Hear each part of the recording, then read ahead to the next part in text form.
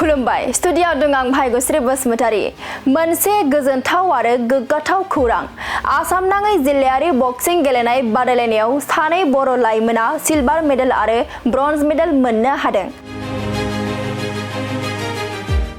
45 all Assam inter district sub junior boxing चैंपियनशिपआव समाय बसुमतारी आरो सुमिता बसुमतारी बिथांमोना सिलभार मेडेल आरो ब्रन्ज मेडेल मोननो हादों।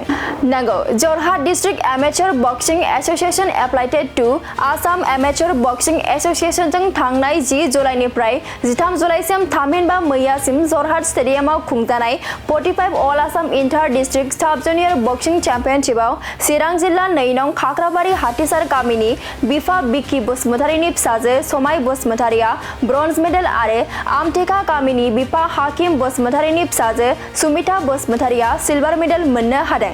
समाय बसुमतारी आरो सुमिता बसुमतारी बिथांमोना आसाम नाङै जिल्लायारि बक्सिं गेलेनाय बादायलायनायाव सिलभार मेडेल आरो ब्रन्ज मेडेल मोननो हानानै बिटिआर हालामजों लोगोसे ओनसोल नाङैनो गोजोननाय आरो गोग्गाथाव खौरां लाबोनो हादों। थारैनो आथिखालाव बर' हारियाबो फावसायनानै थायाखै।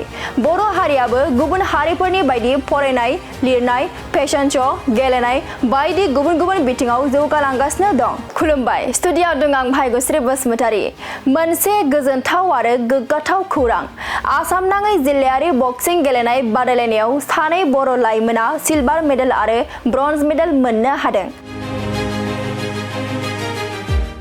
45 all Assam inter district sub junior boxing चैंपियनशिपआव समाय बसुमतारी आरो सुमिता बसुमतारी बिथांमोना सिलभार मेडेल आरो ब्रन्ज मेडेल मोननो हादों।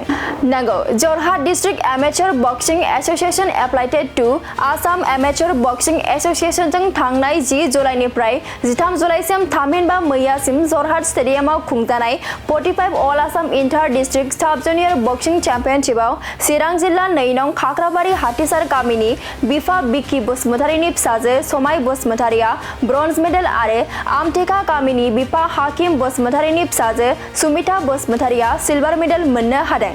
समाय बसुमतारी आरो सुमिता बसुमतारी बिथांमोना आसाम नाङै जिल्लायारि बक्सिं गेलेनाय बादायलायनायाव सिलभार मेडेल आरो ब्रन्ज मेडेल मोननो हानानै बिटिआर हालामजों लोगोसे ओनसोल नाङैनो गोजोननाय आरो गोग्गाथाव खौरां लाबोनो हादों। थारैनो आथिखालाव बर' हारियाबो फावसायनानै थायाखै। बर' हारियाबो गुबुन हारिफोरनि बायदि फरायनाय, लिरनाय, फेशन श', गेलेनाय बायदि गुबुन गुबुन बिथिङाव जौगालांगासिनो दं।